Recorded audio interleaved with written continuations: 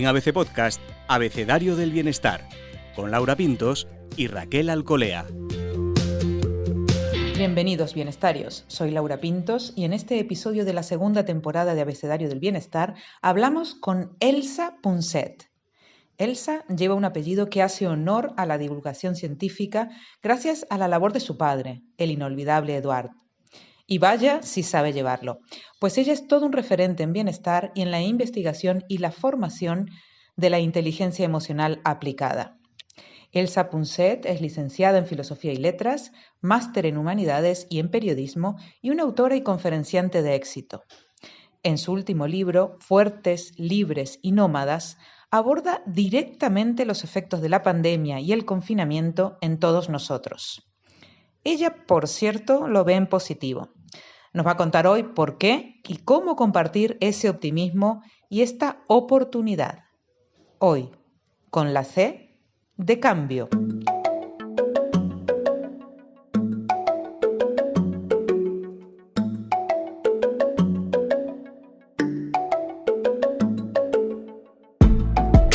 Me acompaña, como siempre, Raquel Alcolea. Raquel, ¿has notado en ti misma algún cambio desde que comenzó esta pandemia? Pues verás, Laura, he notado pequeños microcambios, en realidad, ¿no? Tengo la sensación de que un poquito más adelante veré que no soy la misma persona que antes de pandemia, por así decir, pero sí, casi que no da tiempo a analizarlo, ¿verdad? Es cierto que no da mucho tiempo, pero sí notamos todos algún proceso de transformación, por lo menos unas llamaditas a cambiar ciertas cosas. Nos lo contará mejor Elsa Punset, bienvenida. Hola, muchísimas gracias por hacerme este hueco y dedicar estos minutos a, yo creo, reflexionar sobre... Leonard Cohen, el cantante, lo decía de una forma muy bonita, muy poética. Decía, de todas las grietas, tiene que haber una grieta en todo, por ahí sale la luz, o algo así. Pues un poco reflexionar sobre la luz de esta pandemia. Intentando abordar y estudiar esa luz, hablas en este libro, en Fuertes, Libres y Nómadas. Leyendo la introducción tenemos la sensación de que la pandemia y el confinamiento en ti sí que han impactado, han producido cambios y te han hecho replantearte ciertas cosas. De hecho, cuentas en ese prólogo cuestiones muy profundas y personales motivadas por el parón obligado al que nos llevó la realidad. Sí, absolutamente, ¿no? Me pilló, de hecho, este confinamiento terminando mi último libro, que no era no era Fuertes, Libres y Nómadas, era un libro que ya casi después de 2 años de trabajo había llegado al final y hablaba de herramientas, compartía herramientas y pistas para vivir en un planeta ya que ya estaba muy estresado, ¿no? Pero de repente pues pasa un poco lo inimaginable, ¿no? Que es que nos quedamos encerrados en casa y bueno, con esa sensación realmente casi de mal sueño, ¿no? A ratos, de que no puedes salir a trabajar, de que tienes a personas queridas que están viviendo solas, que no pueden ver a nadie, otras personas, como nos pasó en casa, pasando una enfermedad y sin poder acudir a los hospitales a operarnos. Es decir, realmente estás en una situación que yo creo que es única en nuestras vidas, para nuestras generaciones. No habíamos vivido algo colectivamente tan traumático. Y bueno, como realmente lo único que podía hacer en ese momento era transformar un poco el mismo miedo que teníamos todos, la misma incertidumbre, intentar transformarlo en algo útil, pues lo volqué en darle la vuelta al libro que tenía y en transformarlo en propuestas, yo lo llamo propuestas para vivir en tiempos extraordinarios, porque lo que está claro, y espero que, bueno, pues ahora podamos hablar de ello, es que yo creo que sí podemos hacer muchas propuestas y sacar muchas conclusiones de este periodo en el que estamos viviendo. De hecho, precisamente el formato del libro, lo hemos comentado además Laura y yo, que nos lo hemos estudiado, es un formato manual, ¿verdad? Con cosas prácticas, con material para que lo trabajemos, ¿no? Y no lo dejemos olvidado. ¿Cómo te planteaste esa elaboración práctica? Mira, Raquel, yo siempre trabajo así, es decir, yo estudié filosofía y entonces las grandes ideas abstractas me gustan. Y miro el mundo a lo mejor dando esos 3 pasos atrás, ¿no? Que dan las personas a las que les gustan las ideas filosóficas y lo intento mirar en su conjunto. Pero luego lo que realmente yo siento que es mi misión es bajar estas ideas a la tierra y decirle a los lectores, proponerles, compartir formas de aplicar estas ideas a nuestra vida cotidiana. Si tenemos miedo, ¿por qué? ¿Y qué podemos hacer para gestionarlo? ¿No? ¿De qué sirve? Y hablo mucho de en el libro. ¿De qué sirve el optimismo? ¿Hay que ser optimistas o hay que ser pesimistas? ¿No?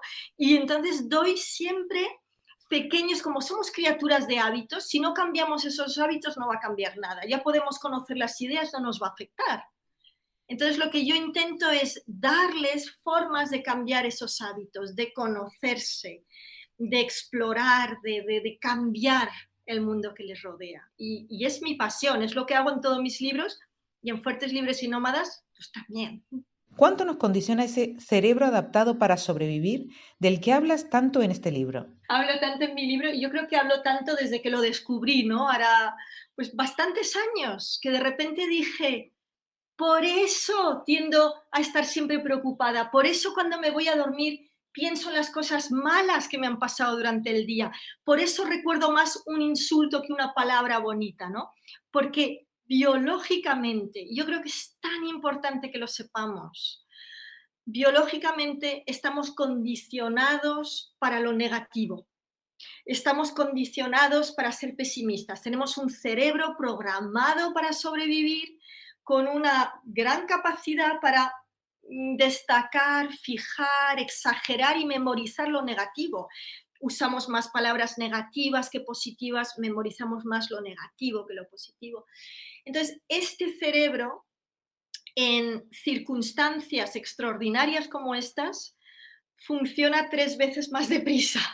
Es decir, es normal que ahora estemos, bueno, con problemas de depresión, de angustia, con mucho estrés. Se está viendo en el mundo entero, ¿no? Que se están disparando estos cuadros de salud mental y emocional.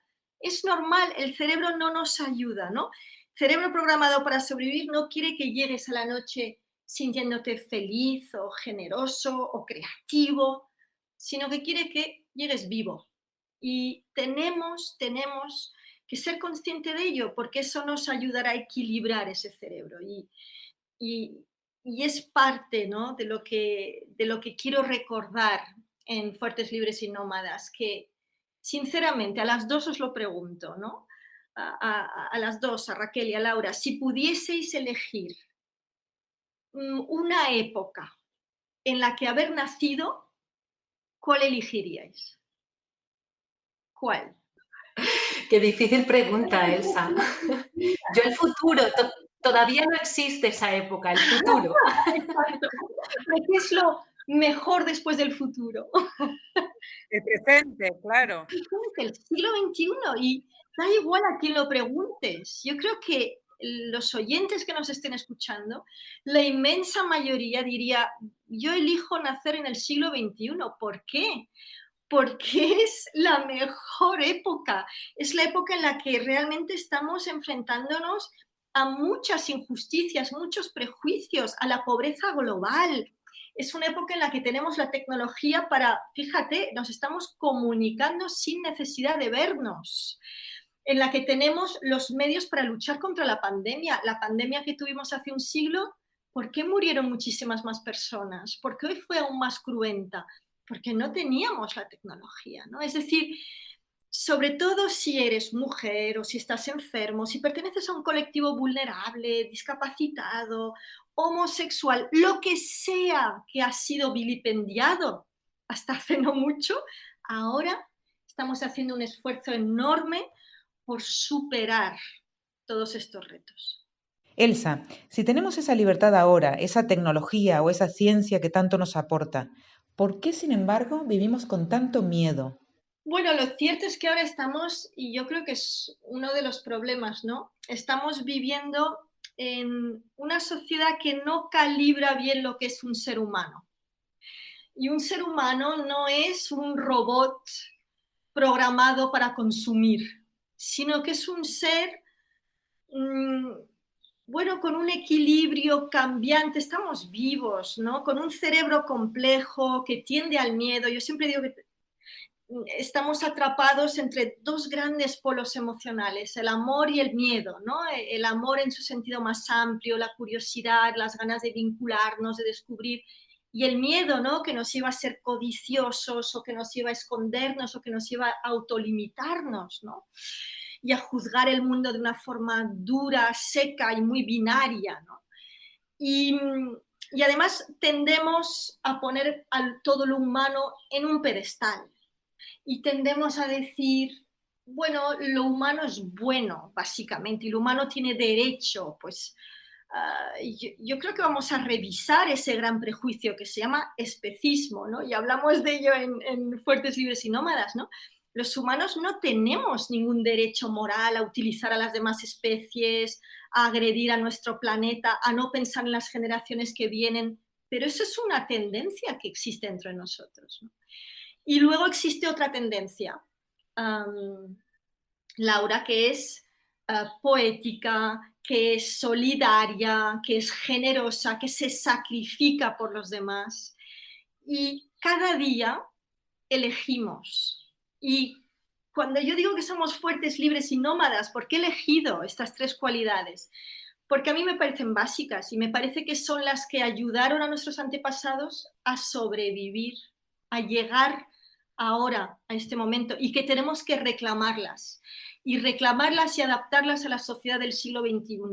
Y que no puede ser una sociedad donde nuestro papel principal es consumir y pertenecer, digamos, intentar lograr un crecimiento sin límite, ilimitado, insostenible, sino que, oye, usemos este parón, que es lo que yo le propongo al lector, usemos esta enorme crisis para replantearnos qué queremos guardar de la sociedad que acabamos de dejar atrás y en qué mundo queremos vivir. Cuando invitas en tu libro a despertar el soñador que llevamos dentro, haces referencia a esa necesidad que tenemos también de conocer las fortalezas, nuestras fortalezas y nuestros logros, ¿no? ¿Es la autoexigencia una enemiga de esos sueños de soñador? Mira, de nuevo, somos animales de costumbres y muy a menudo pues aprendemos cuando somos muy jóvenes, Raquel, ¿no? Y aprendes de tus padres, aprendes de tus maestros, de tu entorno, a comportarte de una determinada manera, desarrollas unos hábitos mentales y emocionales y nos cuesta mucho cambiarlos. Y muy a menudo estos hábitos son autolimitantes. Primero, vamos al colegio y nos enseñan básicamente lengua y matemáticas, pero no nos enseñan a conocernos, a saber realmente la potencia que tiene una personalidad humana, un cerebro humano, ¿no? Con lo cual nos cuesta entendernos a lo largo de la vida, ¿no? Y luego repetimos hábitos una y otra vez. Entonces yo he querido dedicar el primer capítulo de Fuertes, Libres y Nómadas efectivamente a reflexionar sobre ese niño, esa niña que fuimos antes de que adquiriésemos esos hábitos, ¿no? Con qué capacidades, con qué fortalezas vino al mundo, porque cada humano es único y cada humano viene con un regalo, pero yo creo que en gran parte lo olvidamos. Y fíjate, el parar ahora, muchos encontrarnos teniendo que cambiar nuestra forma de trabajar, o bueno, en circunstancias que te obligan a reinventarte, pues aprovechemos esto, ¿no? Y hay toda una serie de pequeñas herramientas, ¿no? Descubre tus fortalezas, conecta con tus logros, un cuestionario para que pensemos en cuáles son nuestros valores, nuestras prioridades. Bueno, a mí me parece que es algo básico, pero que no hacemos en ninguna parte realmente, ¿no? Como uno no quiere hacerlo por uno mismo, no hay colegio, no hay institución que te ayude a realmente saber cómo es ese soñador que todos llevamos dentro. Ese niño interior que nos animas a despertar, ¿Qué señales nos da de que está allí, de que está presente, o por el contrario, de que está reprimido y de que hay que rescatarlo? Me parece una pregunta muy bonita, porque además es facilísima de contestar. Fíjate que el humano en el fondo sabe cuando no está bien, lo sabe, lo sientes. Y nos pasa a todos, sientes que hay algo que no va, lo sientes con las relaciones que tienes, lo sientes en los trabajos donde estás, lo sientes con gestos, actos, intercambios que tienes. Te hacen sentir bien, te sientes bien contigo mismo o sientes que falta algo, ¿no? Y lo que pasa es que nos cuesta mucho cambiar desde la alegría a los humanos. Los humanos tenemos este cerebro de nuevo programado para sobrevivir que teme el cambio, ¿no? Hoy la palabra clave en nuestra charla es cambio. Bueno, pues tememos el cambio. Y el cerebro humano interpreta los cambios como pérdidas. Y eso hace a veces, si no te escuchas, si no miras las señales, incluso físicas, me encuentro incómodo, ¿no? Siento tensión, ten en cuenta que las emociones dejan una huella en el cuerpo. Escúchate, mira cómo tienes tu cuerpo, mira cómo te sientes. Tienes dolores de cabeza, te duele el estómago, estás tenso, respiras de forma acelerada, estás incómodo. Escúchate porque el cuerpo es muy sabio y te dice cuando no estás en el lugar adecuado, ¿no? Así que nos cuesta cambiar desde la alegría, cambiamos mejor cuando realmente las circunstancias son tan inhóspitas que dices, vale, no tengo más remedio, ¿no? Y este capítulo, fíjate que lo empecé a escribir y lo reescribí entero para Fuertes, Libres y Nómadas, ¿no? Hace unos meses, en una playa, yo veraneo en el norte de España, siempre que puedo me escapo ahí porque es una naturaleza salvaje que adoro y son unas playas amplias, y estaba ahí con mi pareja, con Francesc, que estábamos caminando por la playa y de repente a lo lejos vimos un pequeño kayak blanco, muy elegante. Nosotros nos gusta mucho remar, y entonces nos fijamos en ese kayak tan bonito y nos acercamos para verlo, y al mismo tiempo se estaba acercando el navegante, el dueño del kayak, un hombre con una barba rubia, muy de navegante, ¿no? Con las manos que vimos que las tenía vendadas y hasta ensangrentadas, ¿no? Y le dijimos, hola, ¿cómo estás, no? ¿De dónde vienes? Y dice, bueno, ayer llegué de Santander. Santander es una ciudad en España que está a 600 kilómetros de la playa donde estábamos, 600 kilómetros. Y le decimos, bueno, ¿y dónde vas ahora? Pues me voy a Oporto, a Oporto, que estaba en Portugal. Horas y horas de navegación, días y días de navegación, y tú ves ese pequeño kayak con ese hombre que se lanza al mar, y bueno, nos contó su historia y la cuento en Fuertes, Libres y Nómadas, y básicamente me inspiró para empezar el libro así porque este hombre que se llama Toby Carr es un arquitecto que tuvo un cáncer de origen genético, y él y su hermano lo tuvieron al mismo tiempo, y el hermano fallece y Toby sobrevive. Y él cuenta, ¿no?, como esa supervivencia le hizo perder el miedo. Y dijo, yo no sé cuánta vida me queda, pero yo voy a hacer lo que realmente quiero. Y lo que realmente quiero es, al menos unos meses al año, lanzarme al mar y reencontrarme con la naturaleza en el mar y navegar. Y eso es lo que yo quiero hacer. Y ahora lo combina, de hecho, con su trabajo de arquitecto, ¿no? Pero me parece que es muy inspirador, que hay todas estas personas más o menos anónimas que tienen vidas que yo creo que nos pueden ayudar también a dar ese paso, a librarnos de nuestros miedos.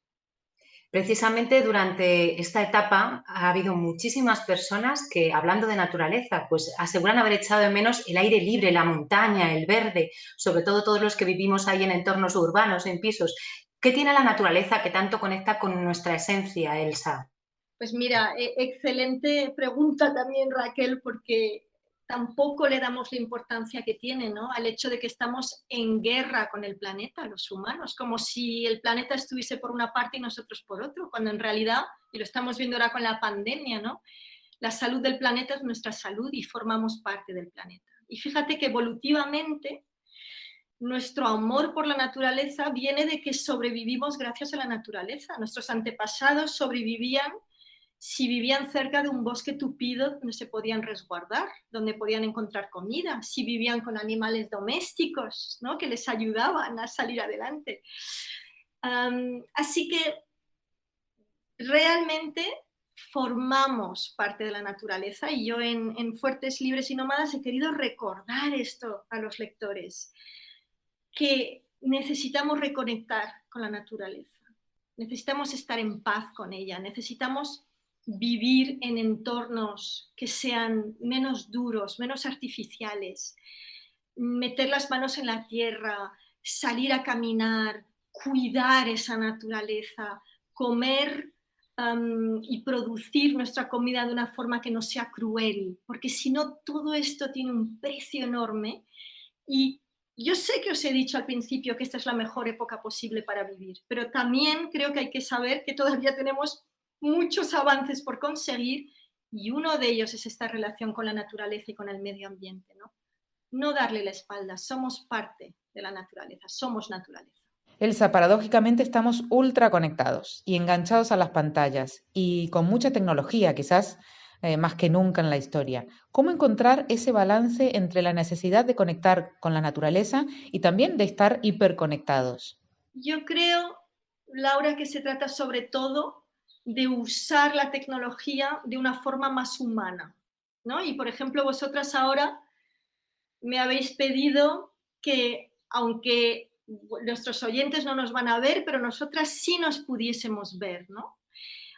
¿Por qué? Pues porque nos ayuda a comunicarnos. Esto es una forma de comunicarnos humanamente, el recordar que mirarnos las caras, poder sonreírnos, aunque sea un poco artificioso porque las cámaras retardan la imagen, etcétera, pero bueno, nos sentimos más cercanas porque nos vemos, ¿no? Y usar, y fíjate que esto engloba todo, ¿no? Engloba la dureza de las redes sociales, en las que por falta de empatía, es decir, de ponernos en la piel del otro y de pensar cómo nuestras palabras afectan a los demás, llegamos a decir cosas por redes sociales que jamás nos diríamos a la cara.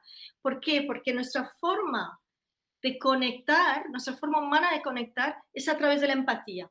La empatía es un mecanismo maravilloso con el que nacemos los humanos, que nos permite ponernos en la piel del otro. Y mira, por ejemplo, Raquel ahora tiene una sonrisa muy bonita, está sonriendo, y a mí me enternece cuando sonríe. Yo tengo en mi cerebro neuronas espejo que sonríen cuando sonríe Raquel. Y si yo le estuviese diciendo algo duro a Raquel, su reacción se me contagiaría, como si fuese, las emociones se contagian como un virus. Y eso muy a menudo lo perdemos a través de la tecnología. Así que por una parte la tecnología es extraordinaria, nos da más información que nunca, nos permite conectarnos de alguna manera, nos entretiene, nos cura, en fin, todo, pero por otra, si la usamos mal, podemos acabar viviendo privándonos de lo que es, yo diría que científicamente, el indicador más importante de felicidad de los humanos, que es la relación con los demás. Así que usemos la tecnología, pero para conectarnos de verdad, no para desconectarnos y dañarnos. Y ahí es otra lección de este siglo XXI que yo creo que la aprenderemos, por supuesto, pero que todavía está ahí pendiente, ¿no?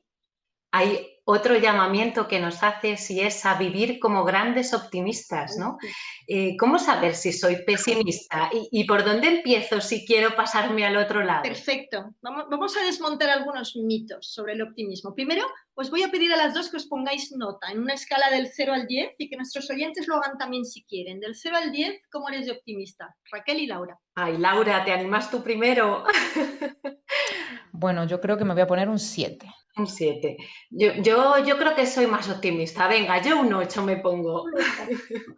Vamos a ver, ¿por qué es importante? Y si no estáis seguros, una forma muy rápida de saberlo es preguntando a una persona cercana que os quiere. Preguntarle, ¿me ves optimista o me ves pesimista? Pase lo que pase, que sepáis que el optimismo y el pesimismo nacemos con una tendencia genética al optimismo y al pesimismo. Igual que nacemos con una tendencia genética a un peso corporal, pero con buenos hábitos tú gestionas bien tu peso corporal y con buenos hábitos tú puedes entrenar tu optimismo.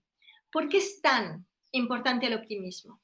Mirad, hay muchos mitos en torno al optimismo y uno de ellos es que de alguna forma, como hay tantas personas que están tristes, que lo están pasando mal en el mundo, ¿cómo voy a ser yo optimista? ¿No?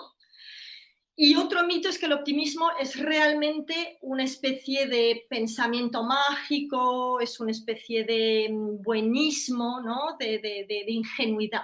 Bueno, pues nada de eso es verdad. El optimismo no es una emoción, es una actitud, ¿vale? Es decir, tú puedes ser una persona optimista, pero estar triste, estar enfadado, estar preocupado. De hecho, nos pasa todos los días a los optimistas, ¿vale? Y lo segundo es que esta actitud del optimismo básicamente es muy útil y es mucho más realista y mucho más eficaz ser optimista que pesimista. El pesimista, ¿qué suele hacer ante un problema? Quejarse y resignarse. Y hay ramas del pesimismo, ¿no? El cinismo yo creo que es una de las plagas peores que tenemos en nuestra sociedad, ¿no? El que ya de alguna forma tira la toalla antes siquiera de haber intentado resolver un problema. El optimista es pura acción. El optimista tiene los mismos problemas que el pesimista, pero dice, yo puedo hacer algo. O para adaptarme, o para superar esto, o mejorarlo. Y eso es una actitud que necesitamos más que nunca en una época como esta. Cuanto más difícil nuestra situación, más optimismo necesitamos. Necesitamos una epidemia de optimismo para acompañarnos en esta pandemia. Elsa, después de escucharte me cambio la nota, creo que llego al 8. Y si te entrego, las subes seguro. Que por eso en Fuertes, Libres y Nómadas pongo varios pequeños ejercicios, entrenamientos divertidos para ser más optimistas. Lo necesitamos muchísimo ahora.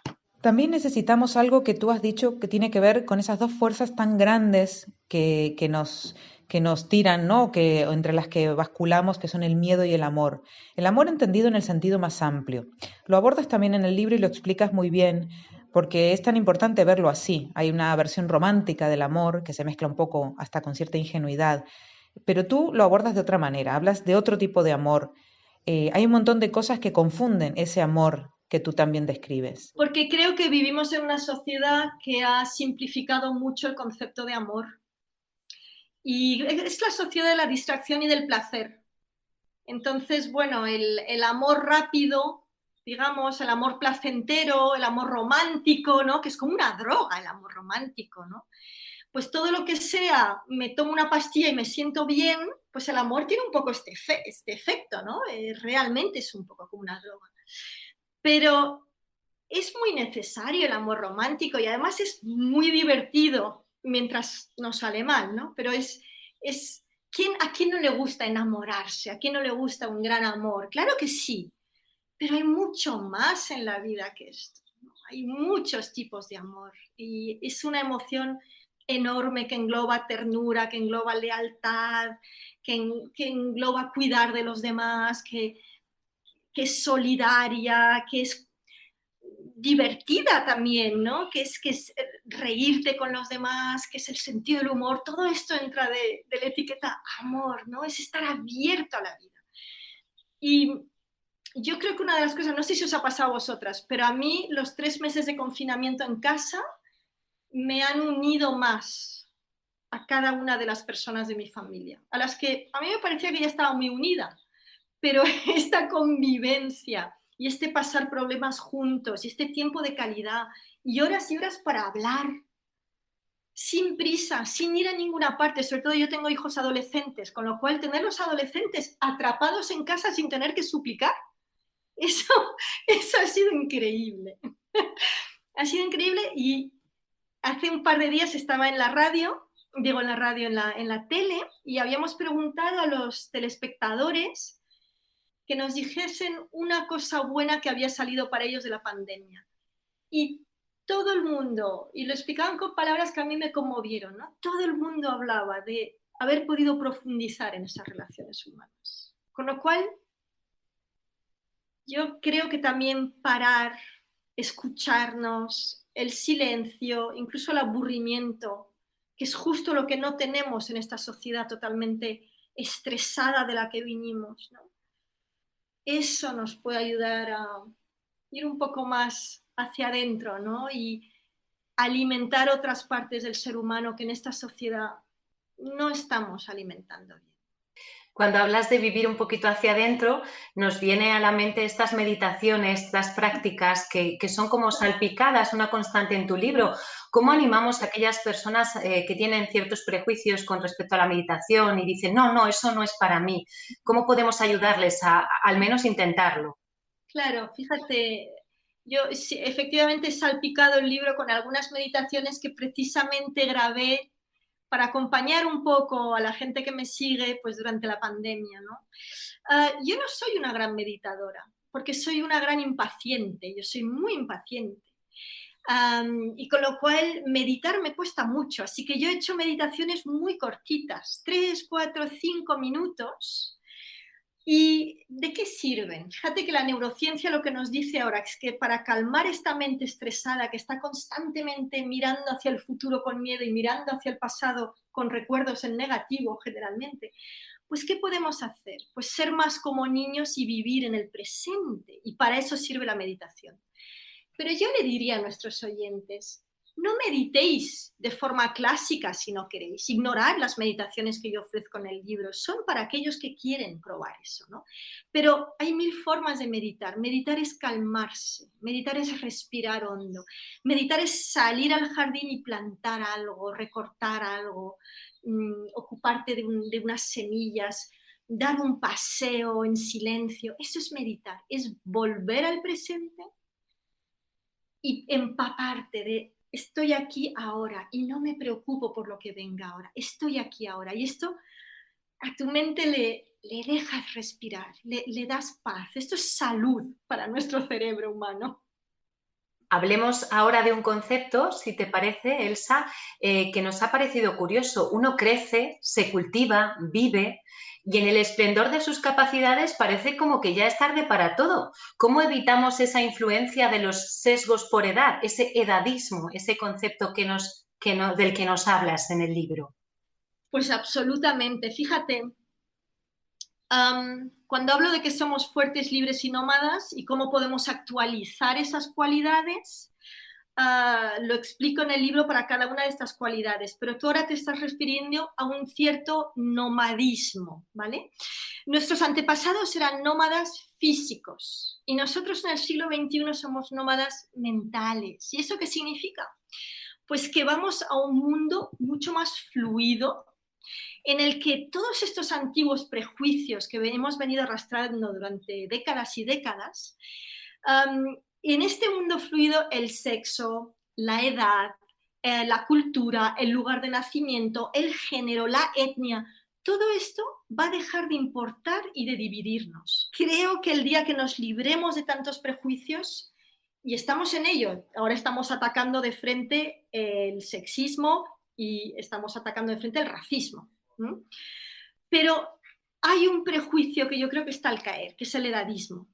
Y es lógico que en unas sociedades que hace 100 años vivían a lo mejor la mitad de tiempo, pues de repente no sabemos muy bien qué hacer con todos estos años extra que estas últimas décadas nos han regalado. Y tendemos a seguir pensando en cumplir años como algo realmente, negativo. Y fíjate que ahora se está empezando a estudiar cómo envejece el cerebro. Y doy ese ejemplo en Fuertes, Libres y Nómadas, porque creo que puede liberar a muchas personas, ¿no? Porque nosotros mismos somos edadistas y tememos la edad para nosotros mismos. Fíjate que cuando eres muy joven, tienes un cerebro, por ejemplo, que procesa las cosas muy deprisa, ¿no? Es como un ordenador muy rápido. Y tienes una excelente memoria a corto plazo, ¿no? Te dicen una cosa y te acuerdas, te dicen un nombre, te acuerdas. Bien. A medida que envejecemos, la idea general es que el cerebro como que empieza a declinar, ¿no? O sea, hay un declive y todo va para abajo. Claro, ¿a quién le va a apetecer envejecer así, no? Absolutamente es una visión terrible. Entonces luchamos por no envejecer. Pero ¿qué es lo que pasa? Que ahora gracias al Big Data, que podemos analizar enormes segmentos de población, hemos visto que no es verdad, que el cerebro no envejece así. hemos visto que hay muchas cualidades que adquiere el cerebro a lo largo de toda la vida y que cada edad tiene sus picos y sus valles, digamos. Por ejemplo, hasta los 60, 70 años sigues adquiriendo una serie de cualidades que tienen que ver con la inteligencia cristalizada, es decir, con tu experiencia, vocabulario, por ejemplo. Gestionas mucho mejor las emociones negativas si envejeces bien, claro, esto también ahí está nuestra inteligencia emocional, ¿eh? Tenemos mucho mejor percepción emocional de los demás, vemos mucho mejor el bosque en vez del árbol, es decir, hay todo tipo de ventajas que todos adquirimos a medida que envejecemos. Y yo creo que hay que empezar a desmontar este prejuicio tan arraigado del edadismo que nos hace un daño. Las mujeres cargamos con una parte muy importante de este prejuicio, pero básicamente nos hace daño a todos. Y como todos los prejuicios, tendremos que cambiar la forma de hablar acerca de este prejuicio, tendremos que reconsiderar todas las ideas preconcebidas que tenemos en torno a envejecer y tendremos que cambiar la forma de vivir y de reinventarnos a lo largo de toda la vida. Así que es un largo trabajo, no se va a hacer de un año para otro, pero yo sí siento que en esta década vamos a empezar a desbrozar este prejuicio.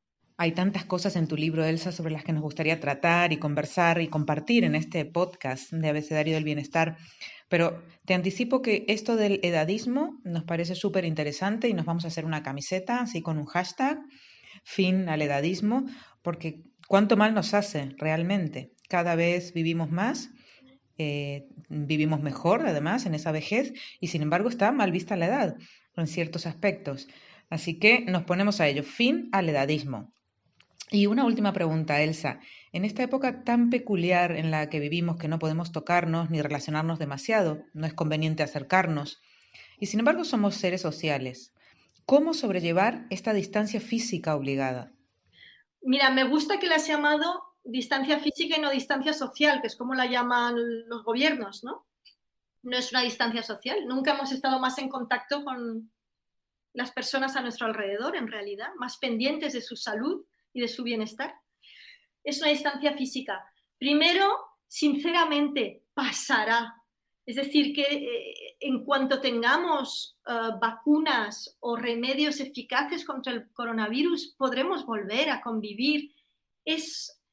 Ya sé que es frustrante, pero no durará toda nuestra vida, ¿no? Yo esto se lo intento explicar a mi hija de 16 años, pero no hay manera. Porque ya sabes que a esas edades su capacidad de previsión todavía no está desarrollada. Pero bueno, yo esto lo veo clarísimo. Entonces, aprovechemos el tiempo que tenemos para conectar de otra manera. ¿No? Sepamos, por ejemplo, que aunque lleves una mascarilla, si sonríes con una sonrisa real que te viene del corazón, se mueven todos los músculos de los ojos y la persona con la que te cruces te verá sonreír. Usemos palabras para decir con palabras lo que ya no podemos decir con gestos. Claro que una caricia es más rápida y más rica que una palabra, pero no importa, somos seres inteligentes. Usemos, ¿no?, nuestra imaginación pues, para aprender a conectar con las personas a nuestro alrededor de otra manera, hasta que esto pase. Y luego volveremos a nuestros abrazos, a ese contacto físico y a esa convivencia que tan importante es para nosotros.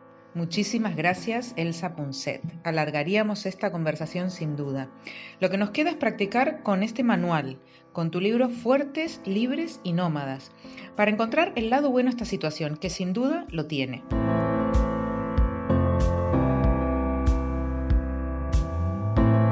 Raquel, de todo lo que hemos hablado hoy con Elsa Punset, de todo lo que nos ha contado, ¿con qué te quedas? Es impresionante. Qué aprendizaje me llevo de este ratito, Elsa.